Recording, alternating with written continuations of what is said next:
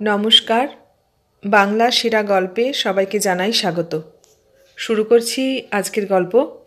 আজ পড়ে শোনাব বিভূতিভূষণ বন্দ্যোপাধ্যায়ের লেখা গল্প রাজপুত্র।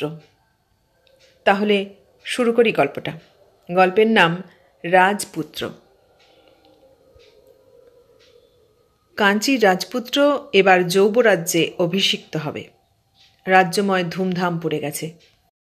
কাঞ্চীর উত্তর প্রান্তে গরুর ধ্বজ বিষ্ণু মন্দির। পুরোহিত গেছেন সেখানকার আশীর্বাদী নির্মাল্য আনতে। লোক পাঠানো হয়েছে প্রয়াগ তীর্থ থেকে জল আনবার জন্যে। সেই জলে স্নান করিয়ে বিষ্ণুর পূজা নির্মাল্য তার কপালে দিয়ে রাজপুত্রকে পুরো নারীরা বরণ করবেন।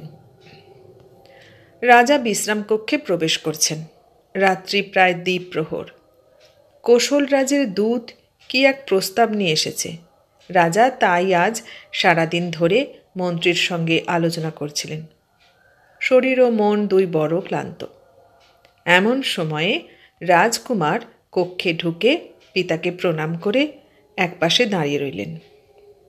রাজা বললেন, চন্দ্রসেন, তোমার কিছু বলার আছে?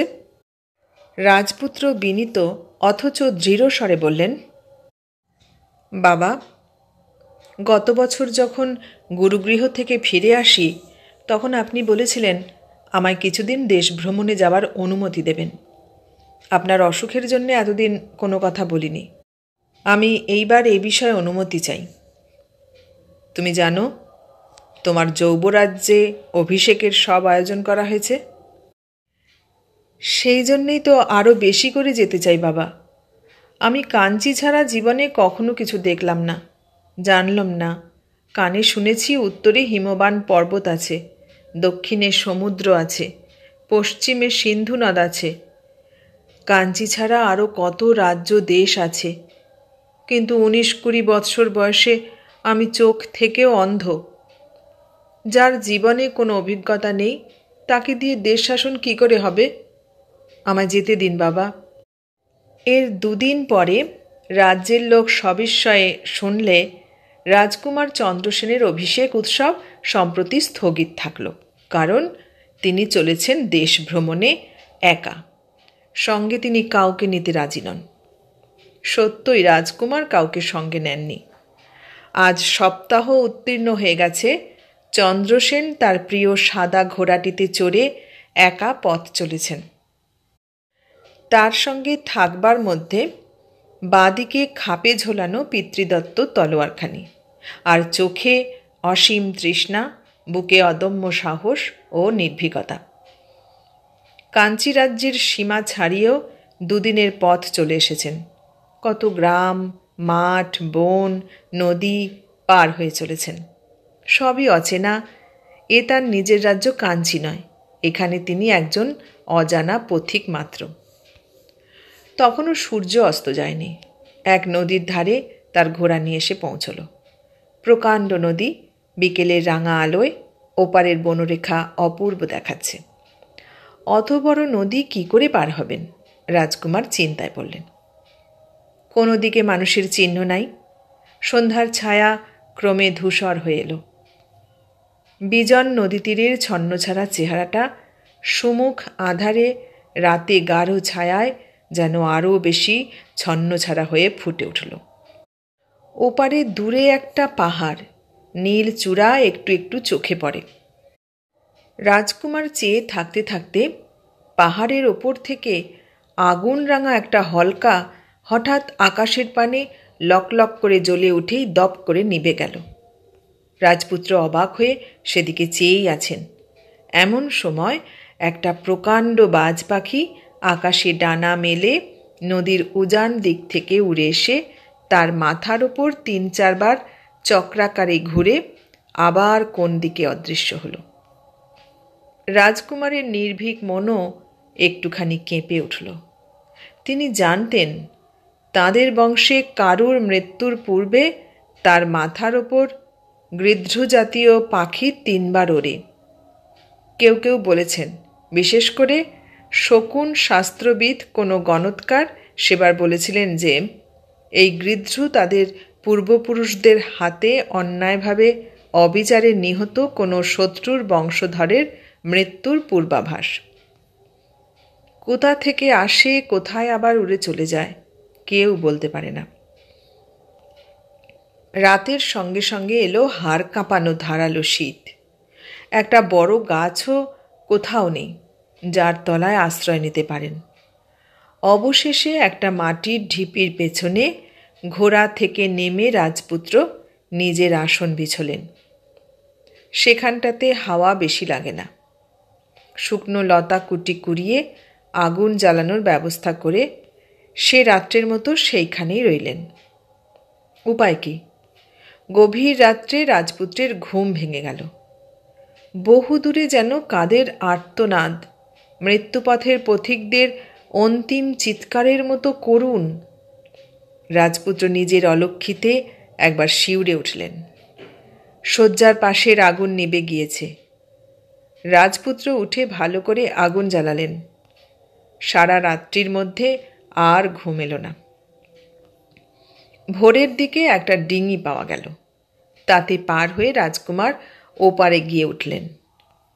ডিঙির মাঝি আধ পাগলা এবং বোধহয় কানে আদৌ শুনতে পায় না।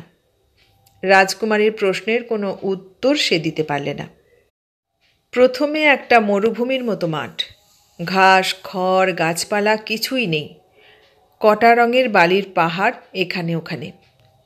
অনেক দূরে গিয়ে একটা জনপদ, কিন্তু কেমন একটা নিরানন্দ ভাব চারদিকে। পথ দিয়ে পথিক চলে না, দোকান পসরায় খদ্দের নেই, নদীর ঘাটে স্নানার্থীর দল নেই, মাঠে চাষিরা চাষ করে না। যেন কেমন একটা বিষাদ ও অমঙ্গলের ছায়া চারিদিকে। রাজকুমার ক্ষুধা ও তৃষ্ণায় বড় কাতর হয়েছিলেন। কাছেই গৃহস্থের বাড়ি। সেখানে গিয়ে আশ্রয় চাইতেই তারা খুবই যত্নের সঙ্গে আশ্রয় দিলে। অনেক দিন পরে রাজকুমার ভালো খাবার খেলেন, ভালো বিছানায় বিশ্রাম করতে পেলেন। মানুষের সঙ্গ অনেক দিন পরে বড় প্রিয় মনে হলো। কয়েকদিন সেখানে রয়ে গেলেন তিনি। গৃহস্থের একটি ছোট মেয়ে ও ছেলের সঙ্গে রাজকুমারের বড় ভাব হলো। তারা তাকে ফুল তুলে মালা গেঁথে দেয়, দুপুরে তার কাছে বসে গল্প শোনে। তাদের শত আবদার প্রতিদিন তাকে সহ্য করতে হয়। ছোট ছেলেটির উপদ্রবের তো আর অন্ত নেই। অল্পদিনের মধ্যে রাজকুমার সে বাড়ির সবার তো বটেই, গ্রামের সকলেরও প্রীতি ও শ্রদ্ধার পাত্র হয়ে উঠলেন। এত সুন্দর মুখশ্রী, এমন সুন্দর কান্তি, এমন মিষ্টি স্বভাবের মানুষ তারা কখনো দেখেননি। রাজকুমারের আসল পরিচয় কেউ জানে না। তিনি কাউকে সেসব কথা বলেননি।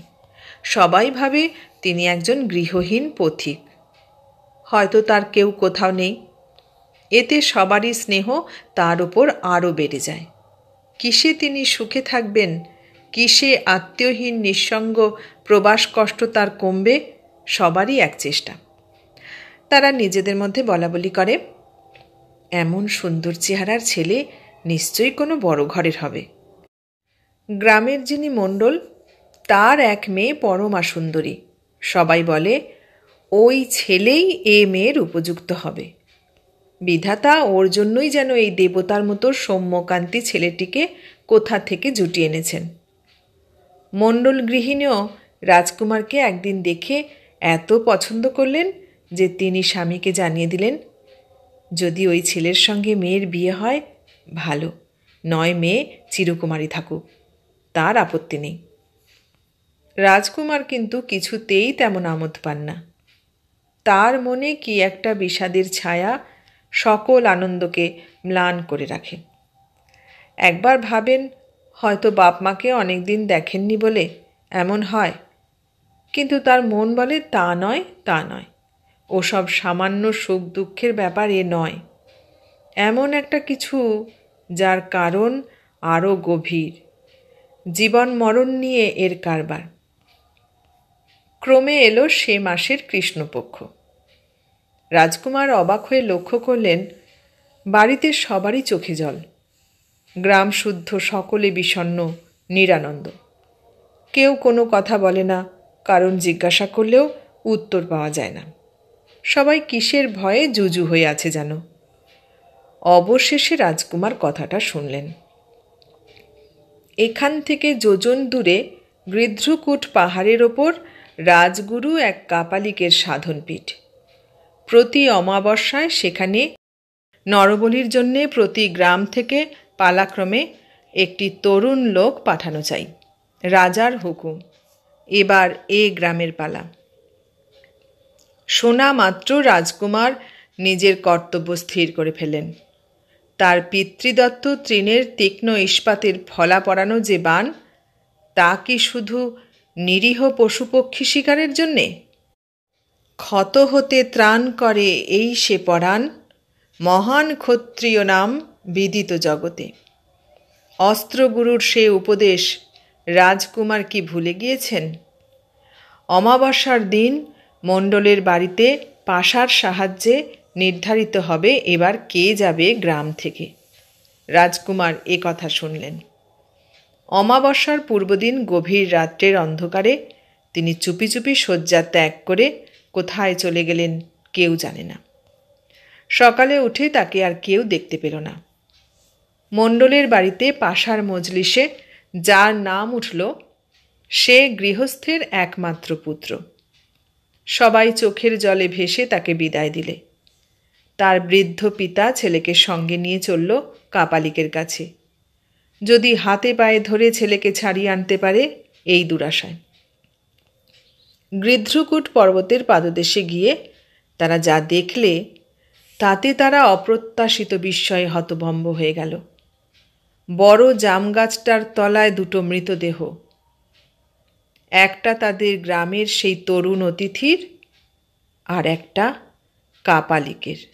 দেখে মনে হয় দুজনেই পরস্পরকে অস্ত্রাঘাত করেছে। দলে দলে স্ত্রী পুরুষ সবাই ছুটে এলো দেখতে। যে নিজের প্রাণ দিয়ে তাদের চিরকালের জন্য বিপদমুক্ত করে গেল, রাজার ভয়ে গোপনে চোখের জলে ভেসে তার শেষ সৎকার সম্পন্ন করলে। রাজকুমারের আসল পরিচয় সে দেশের লোকে তখনও জানেনি।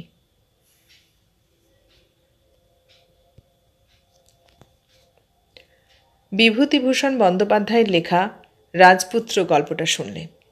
কেমন লাগলো গল্পটা? ভালো লাগলে লাইক, কমেন্ট, শেয়ার করো। আর নতুন বন্ধু হলে সাবস্ক্রাইব করার অনুরোধ রইল। সবাইকে অনেক ধন্যবাদ জানিয়ে আজ এখানেই শেষ করলাম।